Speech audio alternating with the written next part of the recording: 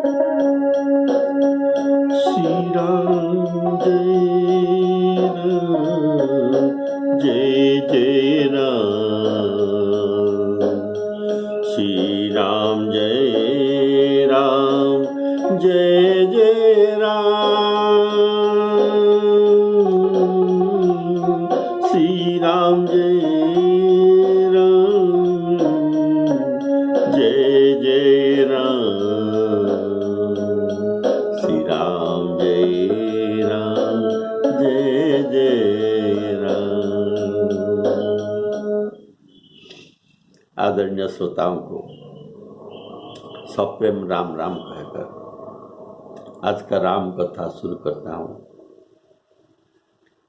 आप लोग पिछले एपिसोड में सुने थे, भरत जी, शत्रुघ्न जी और अयोध्या के सब लोग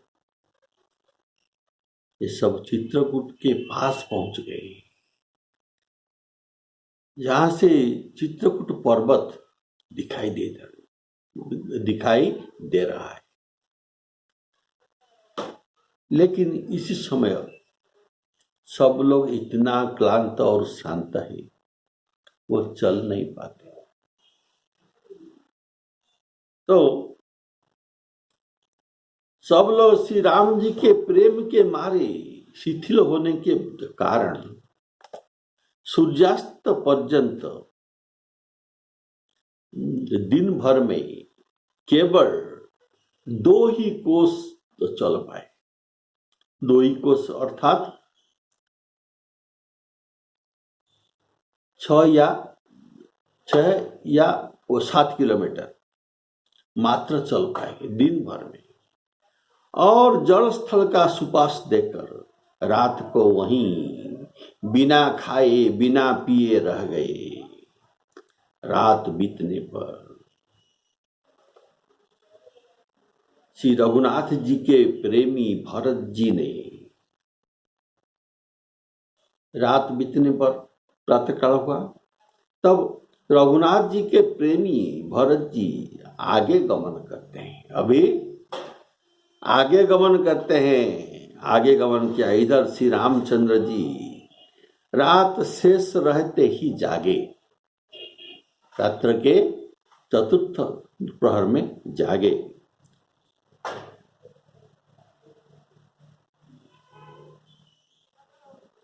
रात में सीता जी ने ऐसा स्वप्न देखा जिसे ये श्री रामचंद्र जी को सुनाने लगी। सीता जी स्वप्न के बाद रामचंद्र जी को सुनाने लगी कि मानो समाज सहित भरत जी यहाँ आए हैं। ये स्वप्न के बाद प्रभु के वियोग की अग्नि से उनके शरीर संतप्त था।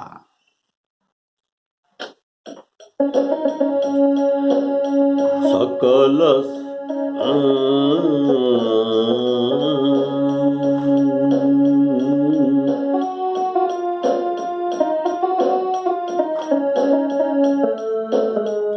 सकल स्नेह शिथिल रघुबर के, गए कोस 2 दिन कर ढर के। जलु थलु देखी बसे निशि बीते, की नसी जागे जलु थलु देखी बसे निशि बीते।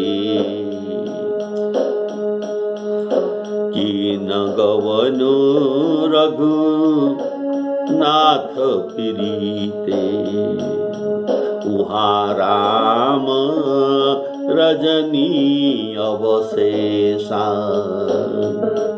जागे सिय सपन अस देखा, सहित समाज भरतपुर आए। सहित समाज भरत जन आए, नाथ वियोग तापो तन ताए। श्री राम जय राम, जय जय राम।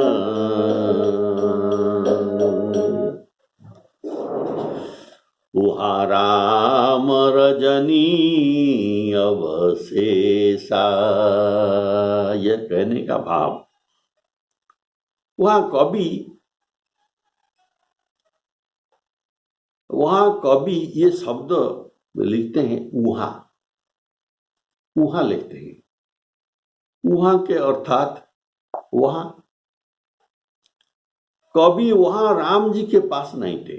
वहां माने वहां अर्थात वहां राम जी के पास कवि नहीं थे तो कहाँ थे?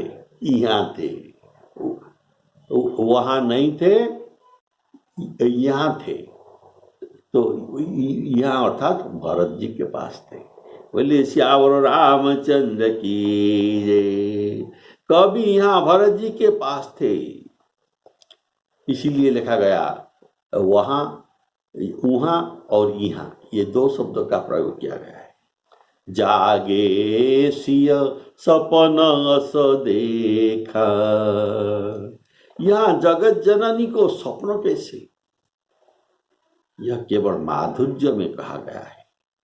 सीता जी स्वप्न का बात तो कहते हैं कि भरत जी के साथ ही लोग उदास, दीन और दुखी थे। सासुओं को दूसरी सूरत में देखा, अर्थात उनके विधवा वेश को देखा। ये भी स्वप्न में था। सीता जी का स्वप्न सुनकर श्री रामचंद्र जी के नेत्रों में जल भर आया और वे प्रभु जो सबको सोच से छुड़ाने वाले, वही प्रभु लीला में सोच बस होकर बोले, लक्ष्मण यह स्वप्न अच्छे नहीं है, कोई भीषण कुसमाचार सुना सकता है, अर्थात बहुत ही बुरी खबर सुनाएगा। ऐसा कहकर उन्होंने भाई सहित स्नान किया और महादेव जी का पूजन करके साधुओं को सम्मान किया, प्रणाम किया। बोले श्यावर रामचंद्र की जय।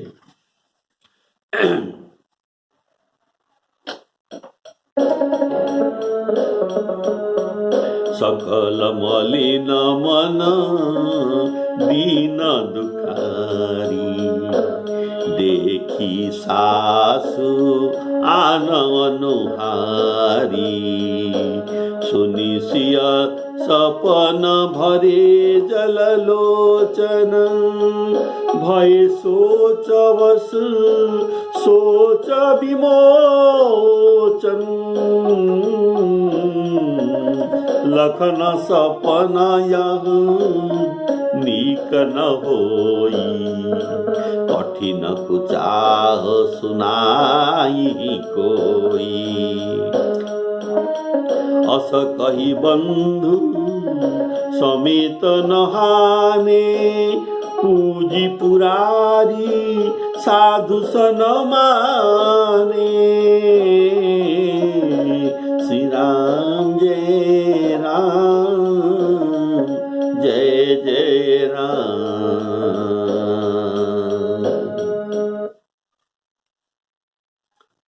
पूजी पुरारी साधु सन माने। जैसे भरत जी जब नानीहाल में थे, इधर दशरथ जी का मृत्यु हो गया, तो ये भी रात में भयानक सपना, दुस्वप्न देख रहे थे।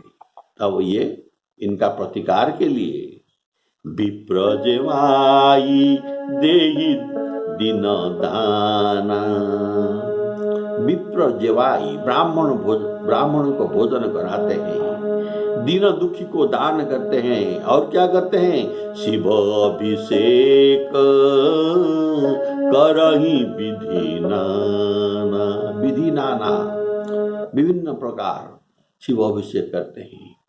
अभिषेक दूध में, मधु में, शर्करा में, ऐसे विभिन्न प्रकार अभिषेक शंकर भगवान जी को ये करते हैं। अर्थात शिव जी की सेवा करने से विघ्न का नाश होता है। श्री राम जी देवताओं के सम्मान किए, अर्थात उनके पूजन करके और मुनियों की वंदना करके श्री राम जी बैठ गए और उत्तर दिशा की ओर देखने लगे कि आकाश में धूल छाए हुए हैं और बहुत से पशु पक्षी व्याकुल होकर भागे हुए प्रभु के आश्रम को आ रहे हैं। तुलसीदास जी कहते हैं कि प्रभु श्री रामचंद्र जी यह देखकर उठे और सोचने लगे कि कारण क्या है, इतना धूल क्यों उड़ रहा है। ये चित्त में आश्चर्य युक्त हो गए। उसी समय कोल भीलों ने आकर सब समाचार उनको वर्णन करके तो कह दिए। कारण ये सब इनके अंग रखी है ना, इनके प्रतिरक्षा के प्रबंध जो करते हैं, इसलिए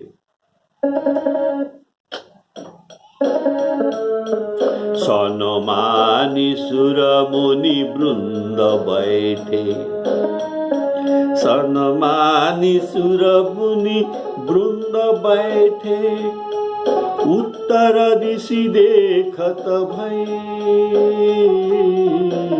कारण उत्तर दिशा से भरत जी आ रहे हैं और ये दक्षिण दिशा में, अयोध्या के दक्षिण दिशा में ये वनवास करने के लिए वन को आए हैं।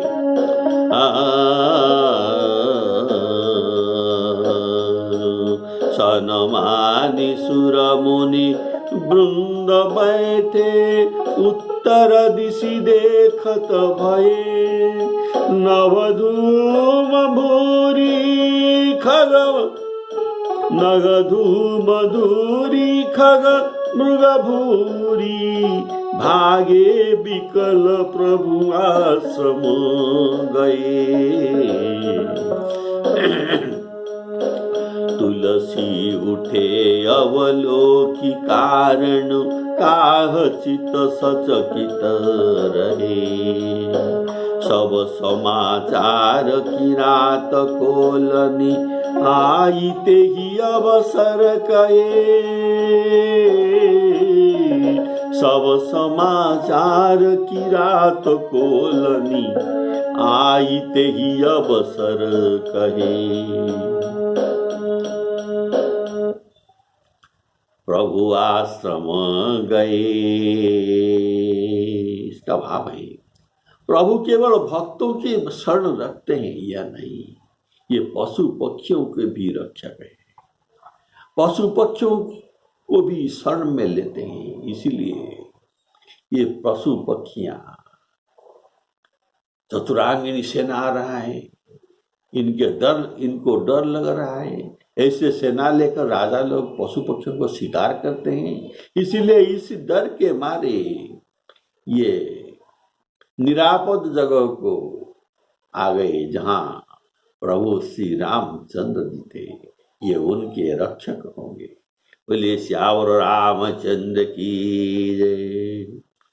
तो ये बात पशु पक्षियों को भी मालूम था, राम जी हमारे रक्षक है।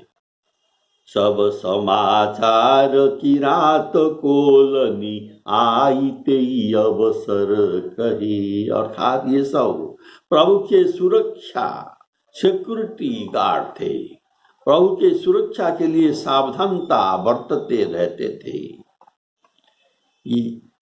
इन लोगों ने श्री राम जी को पहले में कहा था, हम सब भांति करब सेवकाई, हम सब प्रकार आपका सेवा करते रहेंगे। आप यहाँ बस जाइए। हम सब भांति करब सेवकाई, करी के हरि अहि बाघ बराई। आपके पास हाथी, बाघ, सिंह, सांप ये नहीं आ सकते। हम आपको ऐसे सुरक्षा देंगे। तुलसीदास जी कहते हैं कि सुंदर मंगल वचन सुनते ही श्री रामचंद्र जी के मन में बड़ा आनंद हुआ कि भरत का आगमन का समाचार पा गए। उनके शरीर में पुलकावली छा गया और शरद ऋतु के कमल के समान नेत्र में उनके प्रेमाश्रु भर गए।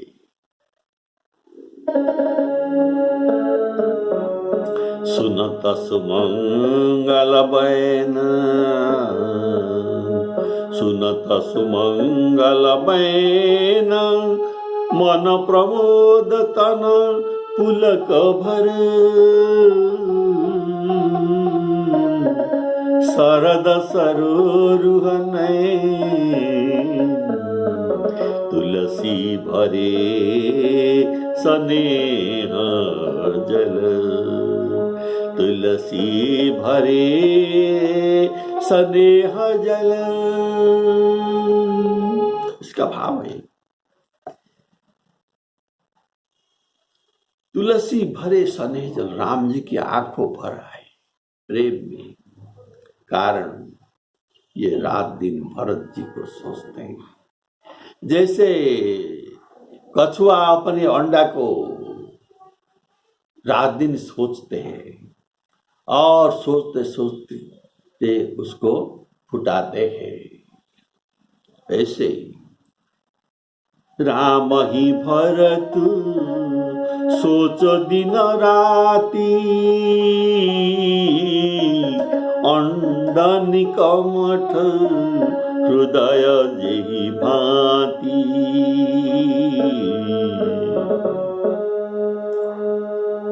इसीलिए भरत जी के आगमन का समाचार सुनकर उनकी आंखों भर आए।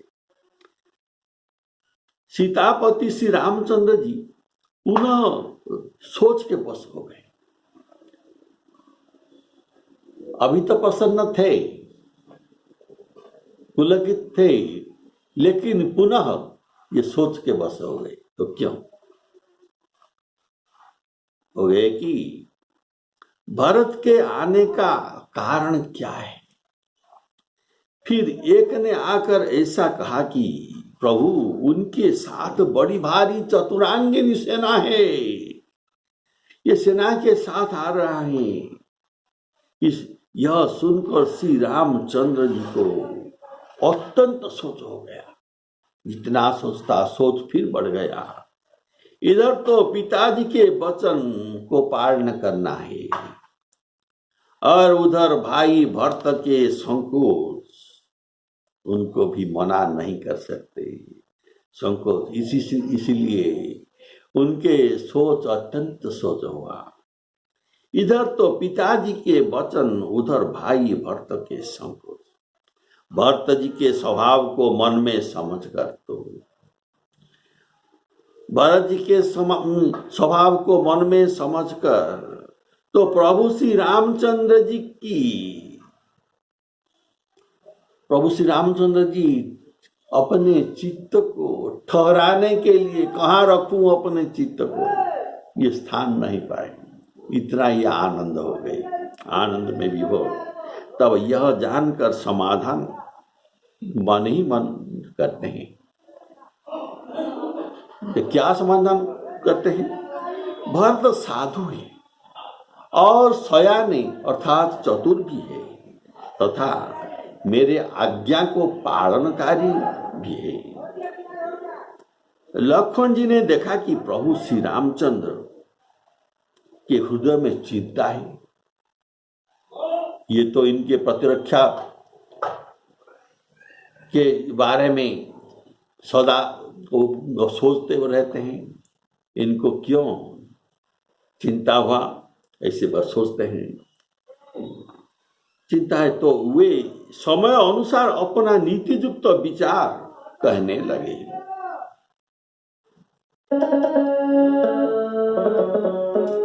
बहुरी सोच बस भेसी अरवन, बहुरी सोच बस भेसी अरवन, कारण कवन भरत आगमनो,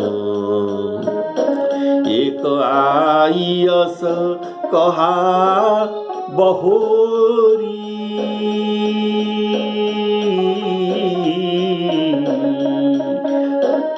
सेन संग चतुरंग न थोरी, सेन संग चतुरंग न थोरी, सो सुनि राम ही भागति सोचु, इत पितु बचउत बंधु संकोचु, भरत सुभाउ समुझिए मन माही, प्रभु चित हित थिति पावत नाही,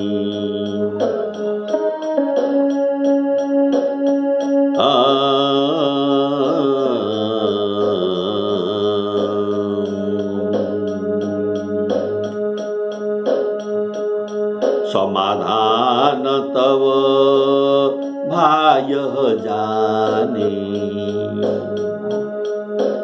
भरत कहे साधु सयाने, लखन लखे प्रभु हृदय खवारो, कहत समय सम नीति विचारू, कहत समय सम नीति विचारू, श्री राम जय राम जय जय राम, इत पितु बचउत सबंधु संकोचु। यहाँ भी इत उत का प्रयोग किया गया है। यह कहने का भाव कभी जहाँ अधिक प्रेम देखते हैं तो ये वहां पर चले जाते हैं। जब श्री राम जी के प्रेम अधिक होगा तो राम जी के पास चले जाएंगे, और जब भरत जी के पास प्रेम अधिक होगा तो भरत जी के पास आ जाएंगे। और जब बोले श्याम रामचंद्र की, तो प्रभु भरत जी के स्वभाव को सोचते हैं। भरत का स्वभाव, भरत जी के स्वभाव तो कैसा है सुनिए। ये बचपन में जब सरयू के नदी के तीर पर राम लक्ष्मण भरत शत्रुघ्न और उनके सखाओं सहित खेल रहे हैं, कंद खेल रहे हैं, तो ये खेल में क्या हो रहा था? हारे हरस होत चित भरत ही। भरत जी जब हारेंगे राम जी से, राम जी एक दल का कैप्टन और भरत जी दूसरा दल का कैप्टन, लक्ष्मण जी तो कैप्टन नहीं बनते। ये कहते हैं अगर मैं कैप्टन, मैं राम जी के सहकारी ही हूं, हम कभी राम जी के अगेंस्ट में कैप्टन नहीं बन सकते हैं। लेकिन भरत जी बोले मैं बन सकता हूं। तो किस लिए? इनके सामने, भरत के सामने राम जी हो गए और राम जी का सदा दर्शन होते रहेंगे। इसलिए दूसरा दल का कैप्टन थे भरत और एक दल का कैप्टन थे राम। ऐसे दो दल का प्रतिद्वंदी थे। जब भरत जी हारते हैं तब इनको आनंद होता है। हारे हरस होत चित भरत ही, जीते सकुच सिर नयन नये। अगर भरत जी जीत जाते तो ये सिर को नीचा कर देते। जीते सकुच सिर नयन नये, तुलसी सोमिरी सुभावशील सुकृति, तेजे यही रंग रहे। गीतावली में वर्णन है गोस्वामी तुलसीदास जी के भाव। अर्थात भरत जी राम जी से हारने से हर्ष और जीतने में संकोचित हो रहा है। भरत सुभाउन सुगम निगम, भरत जी के स्वभाव वेदों को भी जानने पर भी मुश्किल है। और कवि कुलगम भरत गुण गाथा, भरत जी के गुण गाथा तो कवि कैसे जानेंगे? जिनको वेद नहीं जान सकते हैं कवि कैसे जानेंगे? लेकिन कवि कहते हैं तुम्हारे बिना, तुम्हारे सिवाय भरत के गुण गाथा को और कोई नहीं जान सकते। हाँ कवि कुलगम भरत गुण गाथा, को जानई तुम बिनु रघुनाथा, को जानई तुम बिनु रघुनाथा। अर्थात भारत जी को केवल राम जी ही जानते हैं, दूसरा कोई जानने का समर्थ नहीं है। भरत कहे महु साधु सयान, ये भरत जी के स्वभाव है। क्या भरत साधु और सयान है? और साधु का स्वभाव क्या है? पर उपकार वचन मन काया, संत सहज स्वभाव खगराया।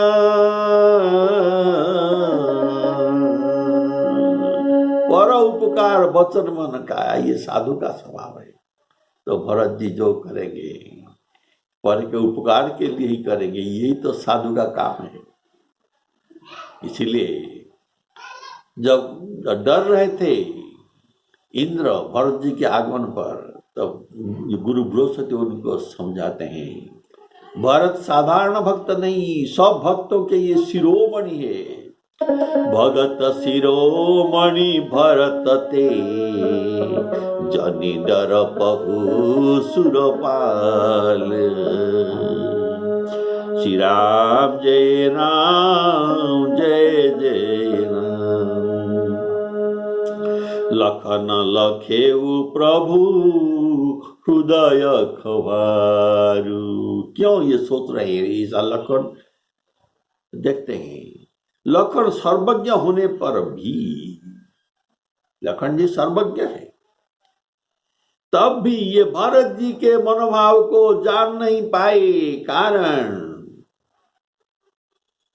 ये जानना इतना सहज बात नहीं है। भगवान जिसको कृपा करते हैं यही भक्त को जान सकते हैं। सोई जानई जेहि देहु जनाए, सोई जानई जेहि देहु जनाई। देखिए अरण्य कांड में जब मारीच आ रहा था तो कपट मृगवेश में रावण के साथ, तब श्री राम जी सीता जी को कहे सुनहु प्रिया व्रत रुचिर सुशील, मैं कछो कर भी ललित नर लीला। तुम पावक महु करहु निवासा, जो लगी करहु निशाचर नासा। राम जी सीता जी को कहते हैं आप मेरे लीला में सहायक की हो, इसीलिए आपको अग्नि में निवास करना पड़ेगा। जब तक मैं असुरों को संहार न कर सकूं तब तक आपको रहना पड़ेगा। तो प्रभु की आज्ञा मानकर सीता जी ने अपना छाई प्रतिबिंब सीता रखकर ये स्वयं अग्नि में प्रवेश कर गए।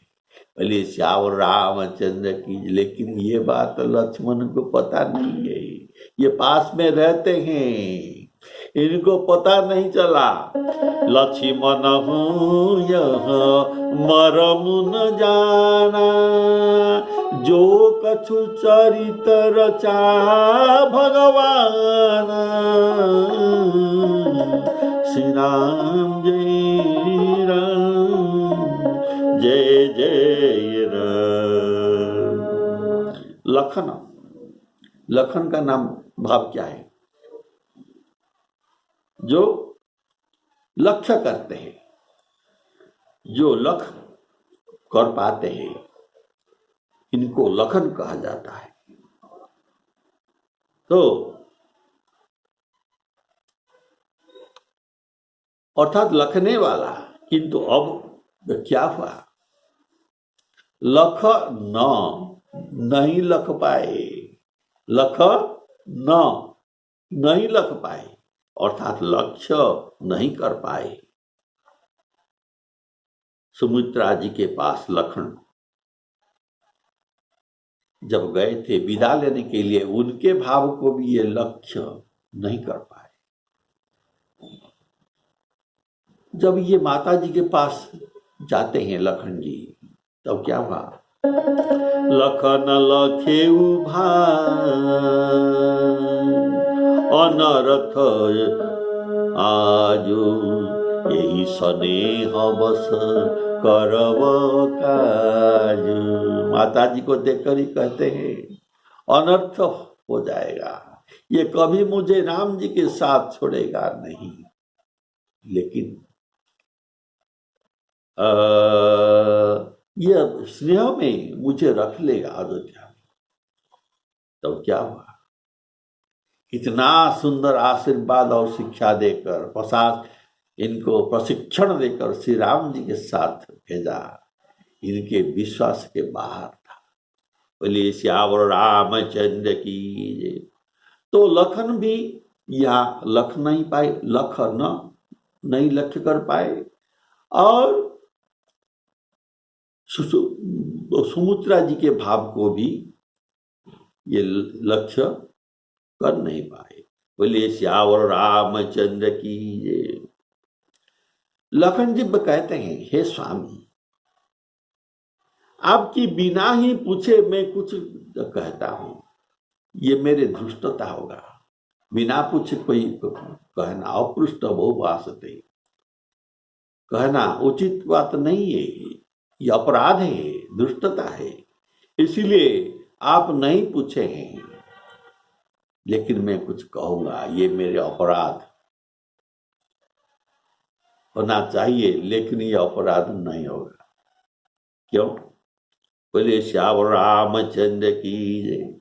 है ना, सेवक का काम है समय पर ढिठाई करने से। अगर ये उचित समय पर ये अपराध करते हैं, ढिठाई करते हैं, तो इनको अपराध या ढीठ नहीं कहा जाता। अर्थात आप पूछे तब मैं कहूं, अब ऐसा अवसर नहीं है। आप पूछे मैं कहूं, ऐसा अवसर अब नहीं है, अब बहुत अर्जेंट अवसर है। बोले श्यावर रामचंद्र, इसीलिए मेरा यह कहना ढिठाई नहीं होगा। हे स्वामी, आप सर्वज्ञानी है, आप सर्वज्ञानियों के शिरोमणि है, सब कुछ जानते हैं, लेकिन मैं सेवक इसलिए मैं अपनी समझ का बात ही आपको कहता हूं। बोलिए श्याम रामचंद्र की जय। तो ये लक्ष्मण जी जो क्या अपने समझ का बात कहेंगे, ये आप अगली एपिसोड में सुनेंगे।